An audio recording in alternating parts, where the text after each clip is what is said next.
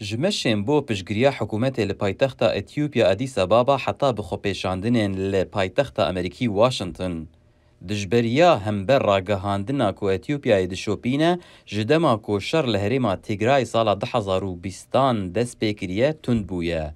دناو دجی توانباریه بلافکرنا نوچین سخته و آلیگر لدجی روشنموانان لکولان و سر انترنته.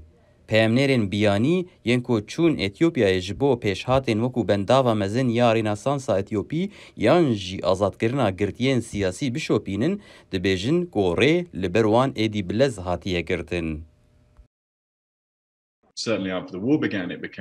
بێگومان پشتی شەر دەست پێکرد پڕ ji berê bêtir ve zehmet bûye. Sala borî rêl ber min hate girtin ku biçim Tîgrayê. Nehiştin ku ez biçim wir. تام گاردنر پیامنر روزنامه بریتانی اکانومیست حکومت اتیوپیای مها گولانه او جوله درسینور کر.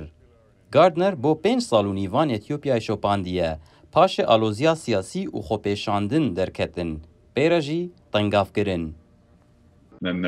پاشی پرزگرێک یان jî egerên pirzgirêkan li gel polîs û hêzên ewlekariya xwe cihî hebûn. Min gelek rûpirûyên li gel polîsan sala borî li devera Amhara hebûn. Li tîrmeha 2021 polîsan Gardner û hevkarekî wî girtin. Gardner paş tê diyar kir ku ew rastî lêdana di serê xwe de bi rêya domahîka tivingekê hat. Wî her wiha dît ku devê hevalî tije xwîn bû piştî ku efseran li ber xelkê lêda bû. Dema ku li Etiyopya dixebitî Gardner bi çend şêweyan kete jêr êrîşan wekû tengavkirina online, hewildanên derewderxistina raportên wî û her wiha nameyek ji deshelata medyayê li Etiyopyayê ku tê de destûrnameya wî ya kar rawestand û 48 demjimêr da Gardner ku ji welê derkeve. Hikûmet wê nameyê da gelek ne zelal bû. Wan destûrnameya min rawestand. Hikûmetê behsa karekî ne pîşeyî û ne diyar û binpêkirina standardan û nêzîkahiya şaş ji raportan dikir. Berdevkê Serokwezîrê Etiyopyayê bersiva daxwazeke dengê Amerîka bo şîrovekirinê neda. Lê hikûmet berevaniya xwe dijî rexneyên rêxistinên mafên mirov derbarê girtina rojnamavanan dike û dibêje ku ew şerê agahiyên şaş û propagandaya terorê dike. Di gotarekê de li meha Hezêranê Serokwezîr Abiy Ahmed rojnamavan bi derxistina tund û tujiyê tawanbar kir.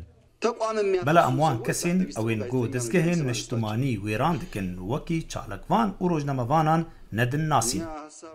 Dema ku peyamnêrê dengê Amerîka û New York Times Simon Marks li gulana 2021 li jêr heman şert û mercan hate dersînor kirin, wî got ku girtin û lêdanê ziyan digihand pêbaweriya hevkarên wî. Rêxistinên mafên rojnamageriyê li gel vê yekê hevbîrin û dibêjin ku dersînorkirin û tengavkirina peyamnêrên biyanî peyameke metirsîdar ji medyaya xwecihî re dişîne. Ev ji bo rojnamevanên ku li nav Etiyopyayê dixebitin çi xwecihî û çi biyanî tê çi watayê.